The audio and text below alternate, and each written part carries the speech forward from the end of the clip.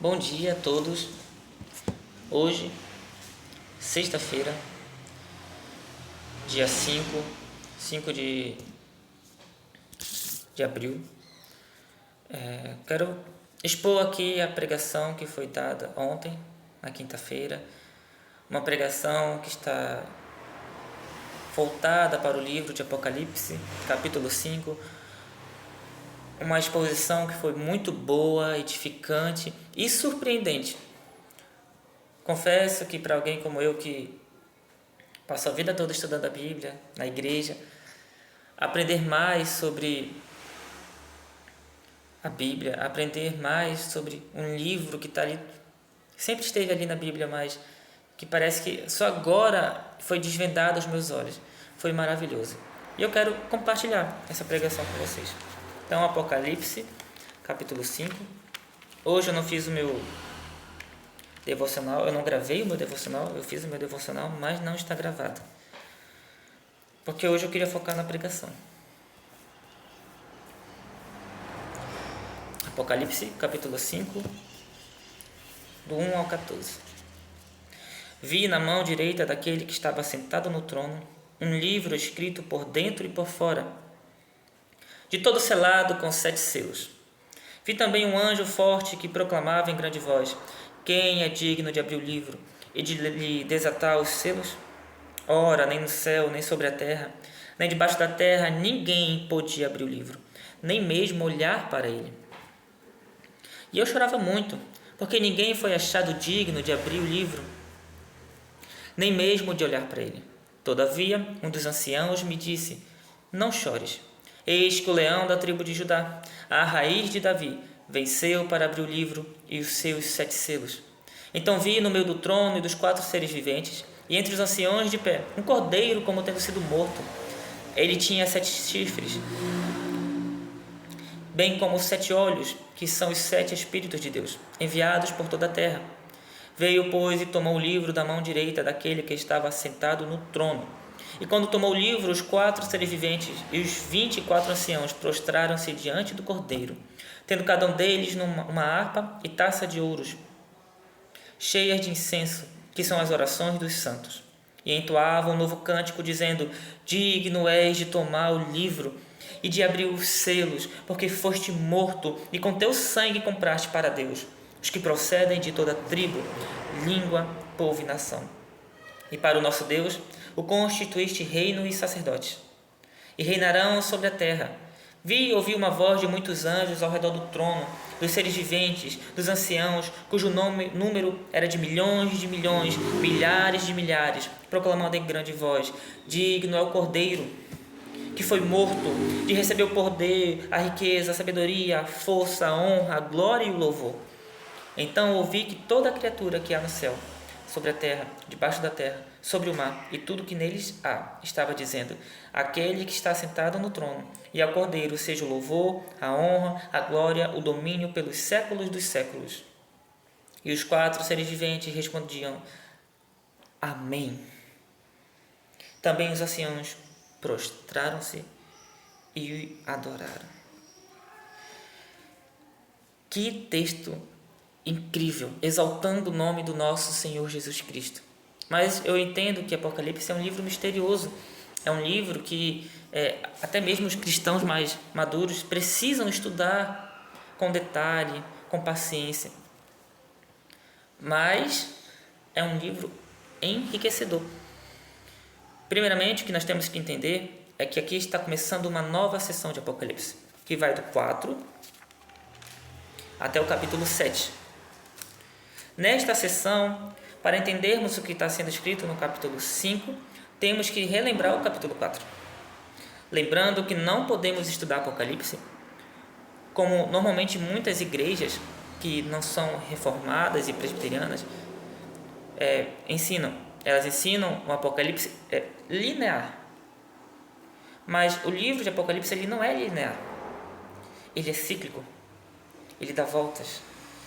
E entrou-se no consenso na teologia, entende-se que na Bíblia, em Apocalipse, a história se repete 7 vezes. E ela vai começar do capítulo 1 ao capítulo 3. né? A carta que Cristo manda às igrejas faz parte do primeiro ciclo. Depois vem o segundo ciclo, que conta a mesma história, só que com mais detalhe e com uma clareza maior. Depois do capítulo 7, terminando essa segunda sessão, vem a sessão 3, que vem a partir do capítulo 8. E assim por diante. Por que foi essa estrutura? Temos que lembrar do contexto, o momento que foi escrito esse livro. E quando se escreviam cartas para as igrejas, essas cartas eram passadas para a igreja de maneira oral, eram faladas.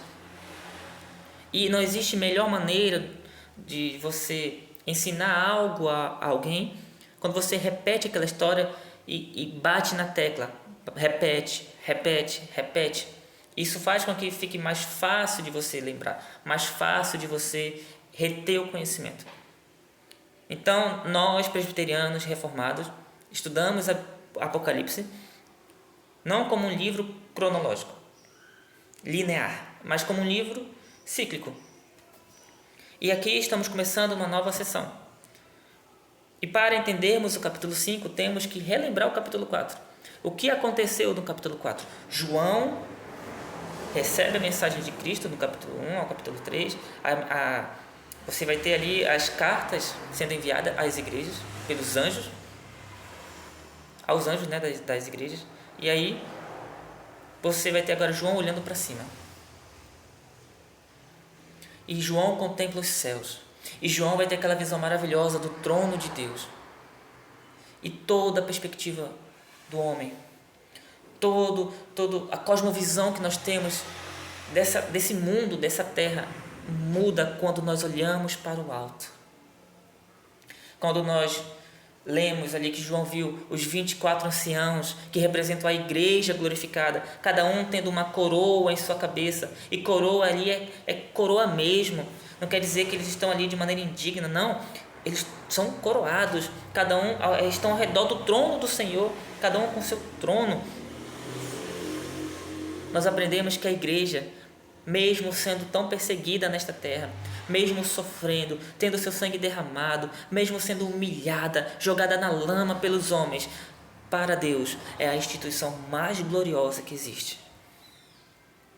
Quando olhamos os 4 seres viventes, representando a natureza glorificada, nós aprendemos que o modo como nós vemos essa terra, ela muda. E quando nós vemos a adoração que é dada ao nosso Senhor Deus ali,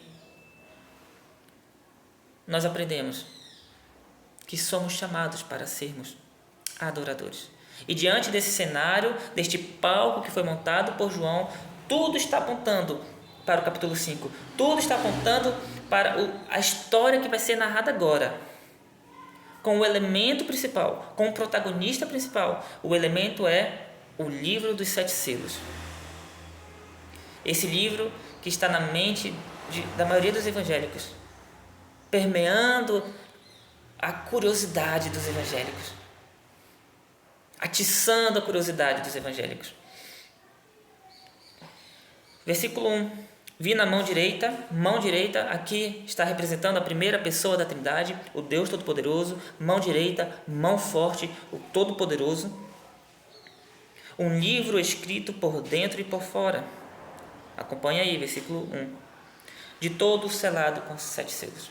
Um livro que está preenchido por dentro e por fora. Lembrando, a palavra livro aqui poderia ser trocada, e eu acho que seria até mais eficiente no nosso estudo, ser trocada por pergaminho.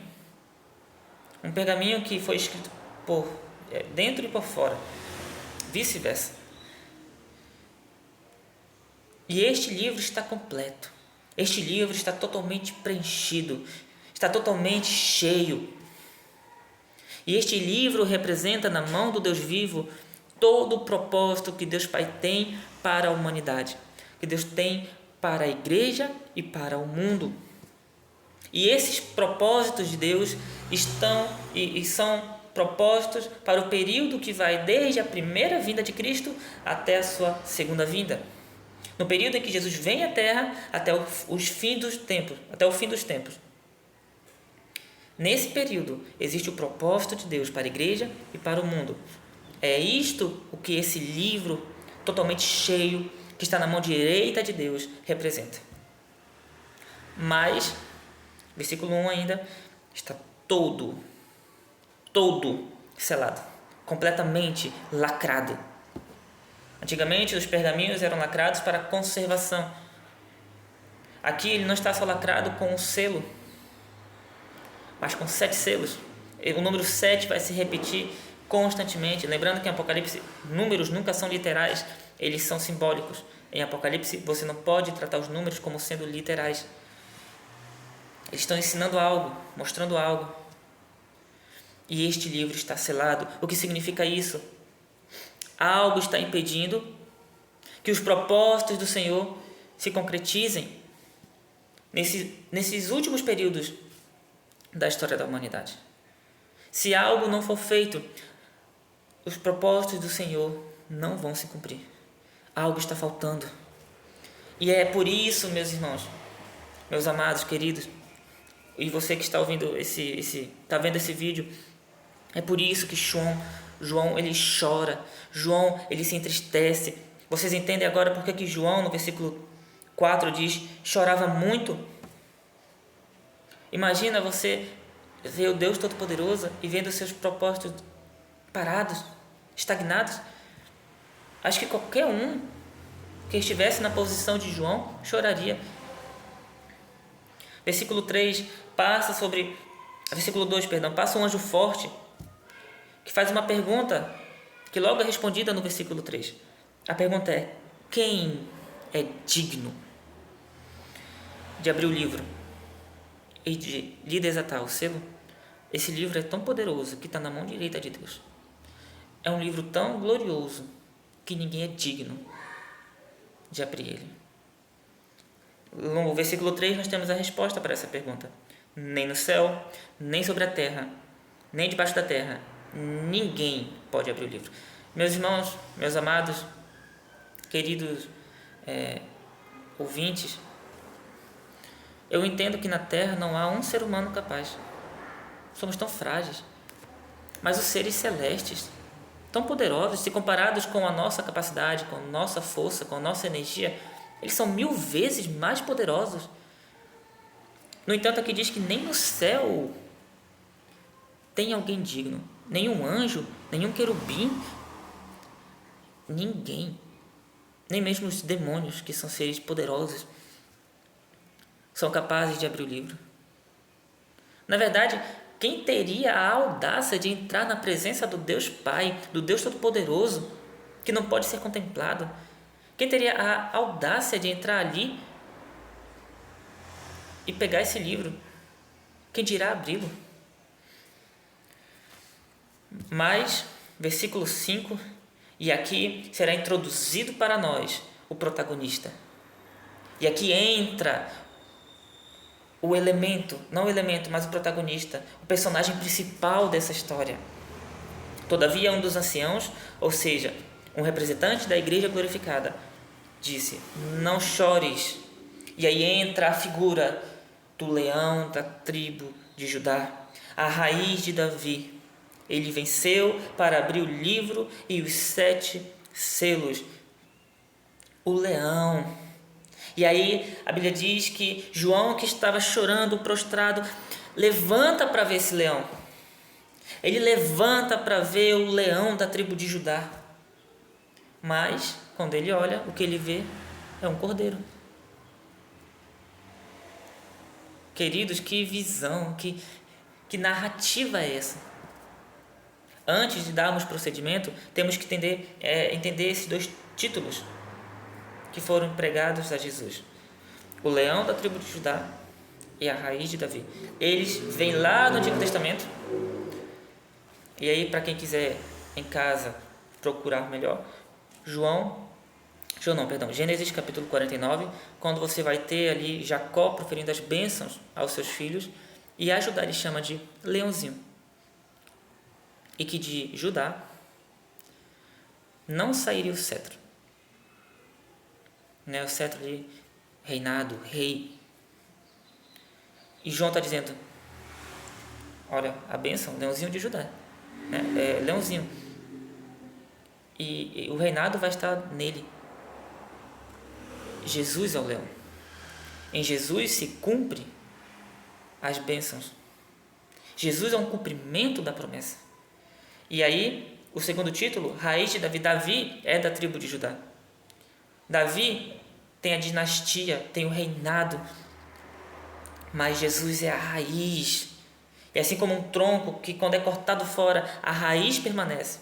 Assim, quando a dinastia de Davi, quando o tronco da família de Davi, quando o reinado de Davi acaba, antes mesmo de Jesus vir, já não existia esse reinado, mas Jesus está lá. E ele é o cumprimento da promessa de que o reinado de Davi seria permanente. O que João está tentando nos mostrar aqui, o que Apocalipse está nos mostrando aqui, é que ele chegou. Essa figura, esse protagonismo, ele não é ilegítimo. Ele não está aqui como um usurpador, como um ilegítimo, como alguém que não merece, como simplesmente um personagem que entra de paraquedas na história sem mérito algum. Ele é a promessa cumprida, e ele vai ser aquele que vai cumprir os propósitos de Deus. Ele é o único que é capaz de cumprir os propósitos do Deus Pai. E ele venceu. Se você gosta de escrever na sua Bíblia, circula essa palavra. É a palavra-chave. É a primeira palavra-chave de todo esse texto. São duas palavras. Venceu. O que acontece quando Jesus morre, ressuscita e vai aos céus? Os evangelhos nos mostram a vida de Jesus, mas é em Apocalipse que nós entendemos o que aconteceu nos céus. Apocalipse, nesses 7 ciclos que eu disse, vai nos mostrar a história da primeira vinda até a segunda vinda de Cristo. É em Apocalipse que nós vamos entender o que aconteceu quando Jesus morre, ressuscita e vai aos céus. E a Bíblia diz que quando ele vai aos céus, ele vai tomar da mão direita de Deus o livro. Então vi, versículo 6, no meio do trono e dos 4 seres viventes, e entre os anciãos de pé, um cordeiro. Essa dualidade, cordeiro, leão, o Deus e o homem, sempre vai ser demonstrada em Apocalipse. Como Cristo se tornou o Senhor dos senhores e o Rei dos reis? É o que o livro de Apocalipse, no capítulo 5, vai nos mostrar. No capítulo 5, nós vamos entender como Cristo se tornou digno. E no capítulo 6, quais são as consequências disso. No capítulo 5, o cordeiro toma o livro para abrir os selos. E no capítulo 6, ele vai abrir os selos. No capítulo 5, ele conquista. No capítulo 6, as consequências. É certo que Jesus sempre foi, sempre será o Senhor dos senhores, porque Ele é Deus. Mas aqui estamos tratando do Cristo como homem. O Jesus homem. Tirando toda aquela narrativa que muitas vezes nós ouvimos, de que o Deus desceu sobre um homem chamado Jesus e na morte foi embora. E ficou só o corpo de um homem. Não, ele é homem, 100% Deus. E aqui nós vamos tratar do Jesus Redentor, o Jesus homem, a humanidade de Cristo. E como homem, Jesus teve que conquistar a sua glória. Diferente de nós, cristãos, que temos por herança, nós não nos esforçamos, nós não temos nenhum mérito. Cristo teve o mérito. Por quê? Porque no versículo 6 vai dizer: Cordeiro como tendo sido morto. É fácil de traduzir isso. É o cordeiro que parecia que tinha morrido. Ou seja, as marcas do sofrimento do cordeiro ainda estão visíveis. Se aqui é físico ou não, se aqui é literal ou não, não entra ao caso. A questão é que, mesmo após a glória de Cristo, as marcas ainda estão lá. É perceptível que o Cordeiro morreu, que o Cordeiro sofreu. E aqui é a segunda palavra-chave: morto. Como Cristo se torna o Senhor dos Senhores, como Cristo se torna o Rei dos Reis, como Jesus venceu, o que está no versículo 5, venceu.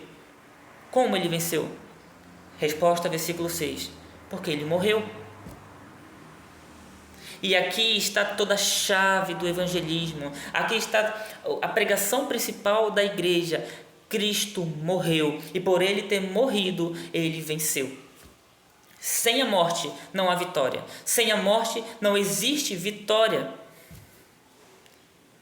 O maior erro da igreja é simplesmente esconder esta mensagem tão poderosa, porque é só possível sermos salvos, é só possível termos a herança com a morte de Cristo. Cristo morreu e por isso ele venceu. Cristo, na sua morte, a morte que é uma vergonha, mas é na morte que Cristo vence. E é essa vitória, é essa morte que o torna digno, digno de pegar o livro da mão do Deus Pai. Continuando a descrição, ele tinha 7 chifres. Chifre no Apocalipse, chifre na Bíblia é poder. A palavra hebraica para poder é a mesma para chifre. Bem como 7 olhos. O que quer dizer os 7 olhos?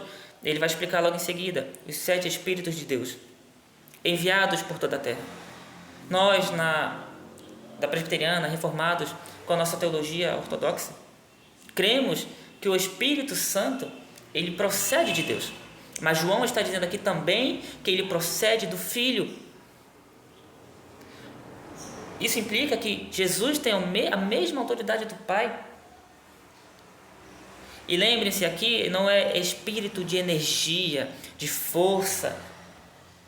É a terceira pessoa da Trindade. É o Espírito de Deus. É o Deus Todo-Poderoso. Eu quero só abrir um parênteses para falar sobre isso. Muitas igrejas tratam o Espírito como uma coisa, como uma energia. Está errado. O Espírito é Deus. Você não vê os discípulos, os apóstolos, fazendo um culto de milagre, porque eles nunca sabiam quando o Espírito ia agir. O Espírito agia neles, realizando milagres, curas, na hora que o Espírito queria. Era na hora dele, no momento dele, e quem ele queria usar. E aqui vale ressaltar que Jesus fisicamente não está em todo lugar. Ele está à destra do Deus Pai, à direita do Deus Pai, mas espiritualmente ele está em toda a terra, como está escrito no versículo 6, lá no final. E aqui, meus amados, no versículo 7, vem o ápice do capítulo 5. Veio, pois, e tomou o livro da mão direita. Esse tomou é algo abrupto. Não foi delicadamente, não foi pedindo, ele toma. Lembra? Ele é digno. Afinal, ele fez por merecer. Ele é digno. Ele morreu ao ponto que as marcas da morte, as marcas do sofrimento ainda estão nele. E ele é digno, então ele toma.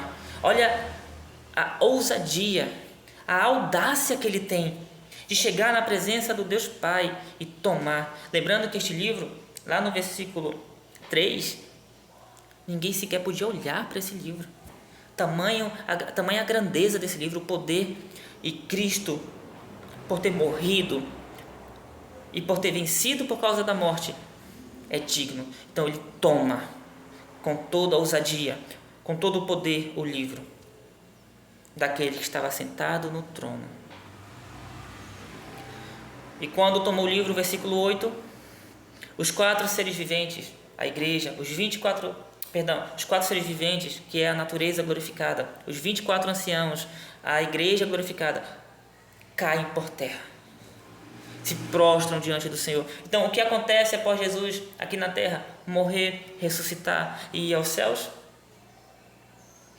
Ele toma o livro da mão do Deus Todo-Poderoso, do Deus Pai. E antes de continuarmos, nessa figura aqui que vai, essa história que vai se desenrolar com a adoração celeste. O que implica Cristo ter tomado da mão de Deus Pai o livro? O que quer dizer isso? Qual é a importância disso? Aqui nós temos o Deus Pai entregando ao Deus Filho toda a autoridade, o poder de governar a humanidade, a história, o universo. Então, aqui nesse momento, quando Cristo morre, ressuscita e vai aos céus, Deus Pai dá ao Deus Filho toda a autoridade, todo o poder de governar. Lembra Mateus 28?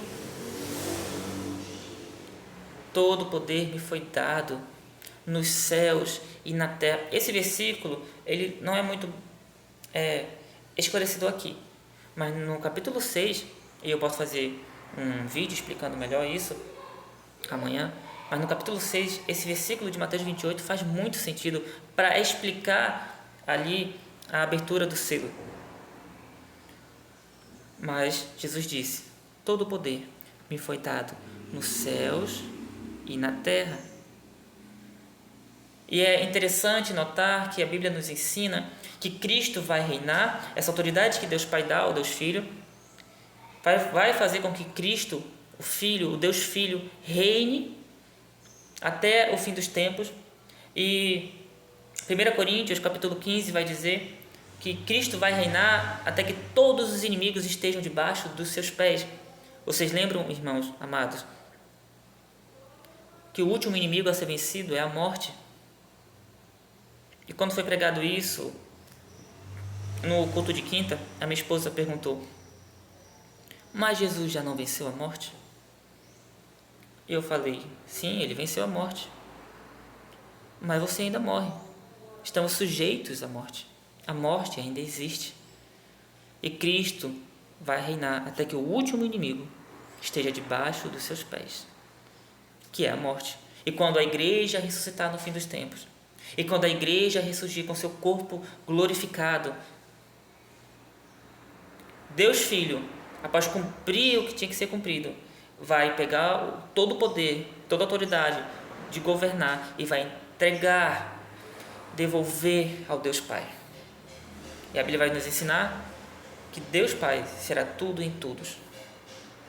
É lindo, essa mensagem é maravilhosa, mostrando um Deus que não é orgulhoso, que vem à terra e mesmo com a dor, com o pesar no coração, orando: Pai, afasta de mim esse cálice, eu não quero, afasta, mas que seja feita a tua vontade.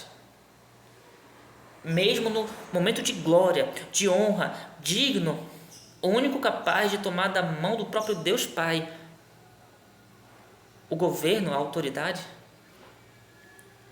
ele não vai fazer um motim, ele não vai com todo orgulho dizer: isso é meu. Ele vai devolver ao Deus Pai. Isso é maravilhoso.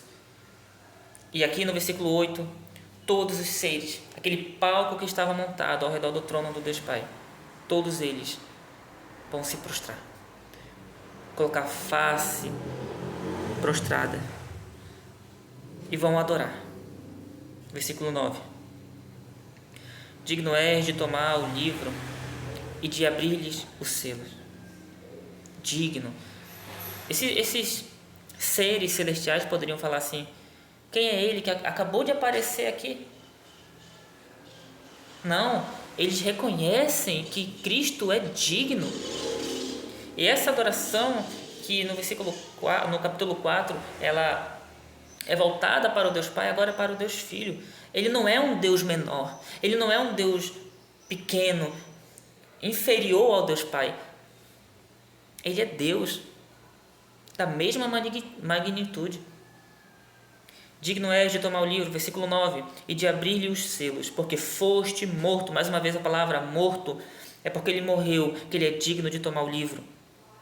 E com teu sangue compraste para Deus os que procedem de toda tribo, língua, povo e nação.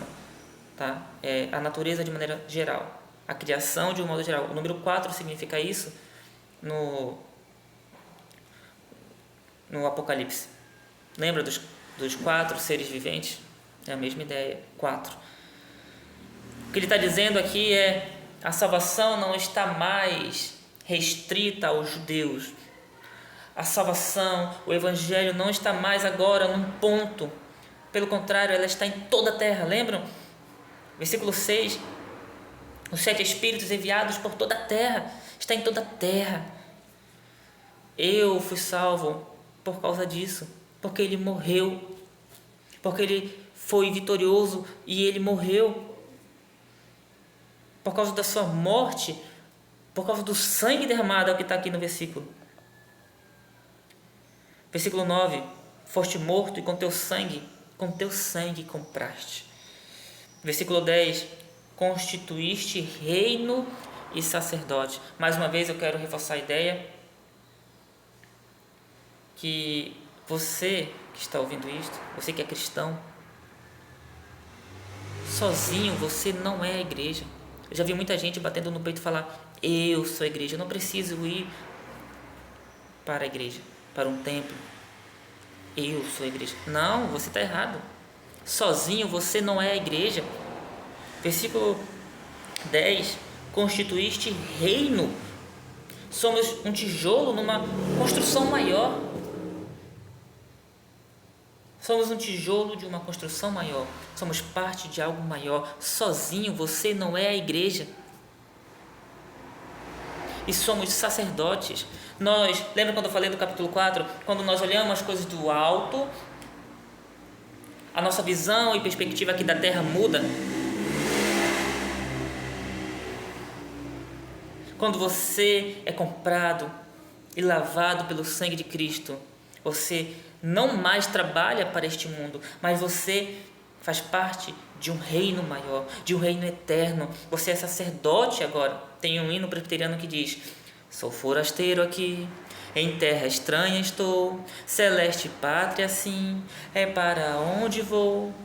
Embaixador por Deus, do reino lá dos céus, venho em serviço do meu rei. E é isso. Não estou dizendo que você não vai trabalhar, que você não vai fazer parte desse sistema, porque você ainda está aqui. Lembre de Daniel. Daniel recusou a comida do rei porque era oferecida a demônios. A consciência dele impediu ele de comer a comida do rei. Mas ele não rejeitou a cultura do rei, a cultura babilônica.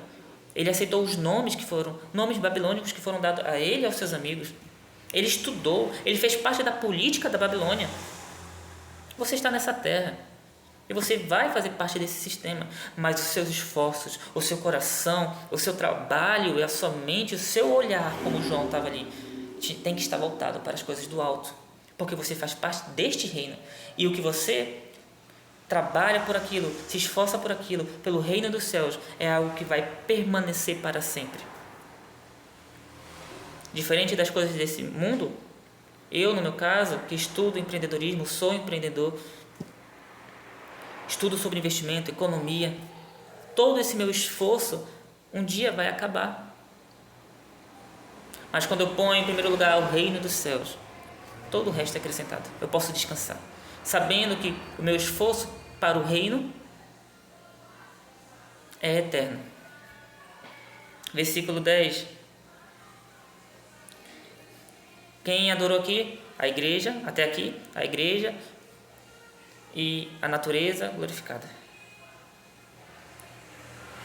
Agora no versículo 11, vai além. Agora são os anjos. Todo o cenário celestial agora, e não são poucos, vão adorar ao Deus vivo. Versículo 11, e ouvi uma voz de muitos anjos ao redor do trono, dos seres viventes, dos anciãos. O número era de milhões e milhares de milhares. E eles proclamavam: digno ao Cordeiro que foi morto. Olha os 7 elementos que são atribuídos ao Deus Pai: poder, riqueza, sabedoria, força, honra, glória e louvor. Mas não é só isso. Não só todo o coro celestial, a igreja glorificada está adorando, mas também toda a terra. Versículo 13, toda criatura que há no céu e sobre a terra, debaixo da terra e sobre o mar. Eles estão falando que aquele que está sentado no trono, e aqui eles vão falar do Deus Pai, a primeira pessoa da Trindade, e ao Cordeiro, a segunda pessoa da Trindade, o Filho, seja o louvor, a honra, a glória, o domínio pelos séculos dos séculos, e segue-se com um grande amém. E os anciãos também prostraram-se e adoraram. Então, para concluir, qual a importância que estamos dando ao sangue e à morte do Cordeiro? Nunca podemos nos esquecer que o motivo de estarmos aqui é porque alguém teve que se sacrificar, sofrer e merecer. E esse alguém foi Cristo, foi Jesus. E é incrível ver que Cristo trabalha. Ele não foi aos céus e ficou descansando, parado. Não, no capítulo 6 nós vamos aprender que ele está trabalhando. Lembra? Ele vai abrir os selos. O fato dele conseguir ter a vitória vão ter consequências e serão mostradas no capítulo 6. Então que hoje, quando você for orar, fazer seu culto, e a partir de agora você sempre lembre desta mensagem. Cristo venceu porque Ele morreu, e é por causa do sangue dele que hoje nós somos chamados de filhos, somos herdeiros. Somente a glória seja dada ao nosso Senhor Jesus Cristo. Muito obrigado e tenham todos um ótimo dia. Amém.